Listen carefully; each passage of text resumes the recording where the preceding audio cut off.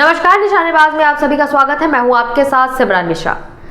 आज हम बात करेंगे भारत की विदेश नीति के एक बेहद महत्वपूर्ण और संवेदनशील मुद्दे की, जिसने अमेरिका के साथ हमारे रिश्तों की एक नई चुनौती पेश की है। ये मुद्दा है रूस से कच्चे तेल की हमारी बढ़ती खरीद और उस पर अमेरिका द्वारा लगाए गए कड़े टैरिफ। इस पूरे कूटनीति शतरंज के बीच हमारे विदेश मंत्री एस जयशंकर की रूस यात्रा हो रही है, जिसे सिर्फ एक सामान्य दौरा मानना गलत होगा। यह यात्रा भारत की स्वतंत्र विदेश नीति का एक मजबूत बयान है। यूक्रेन युद्ध के बाद वैश्विक ऊर्जा बाजार में भारी उथल-पुथल मची हुई है। पश्चिमी देशों ने रूस पर कड़े प्रतिबंध लगाए, जिसके बाद भारत ने रियायती दरों पर रूसी तेल खरीदना शुरू किया। ये फैसला सिर्फ आर्थिक नहीं बल्कि रणनीतिक भी था।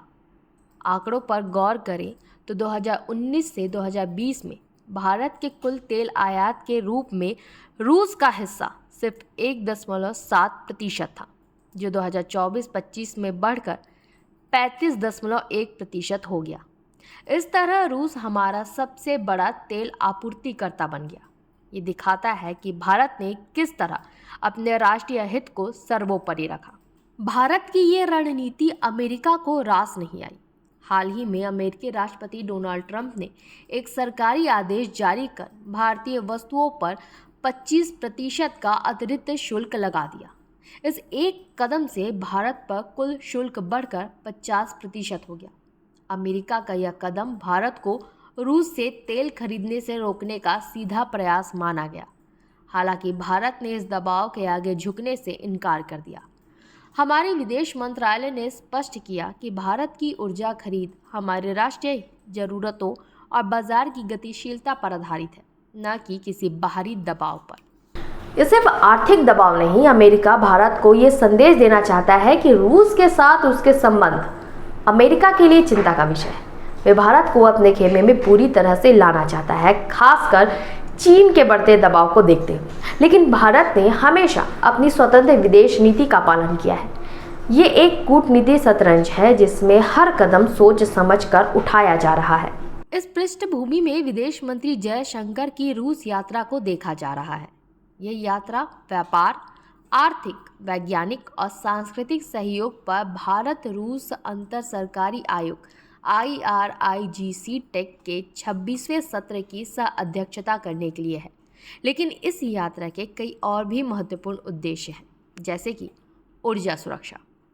जयशंकर अपनी रूसी समकक्ष सर्गेई लावरोव से मुलाकात करेंगे और रूस से तेल खरीदने के मुद्दे पर चर्चा करेंगे।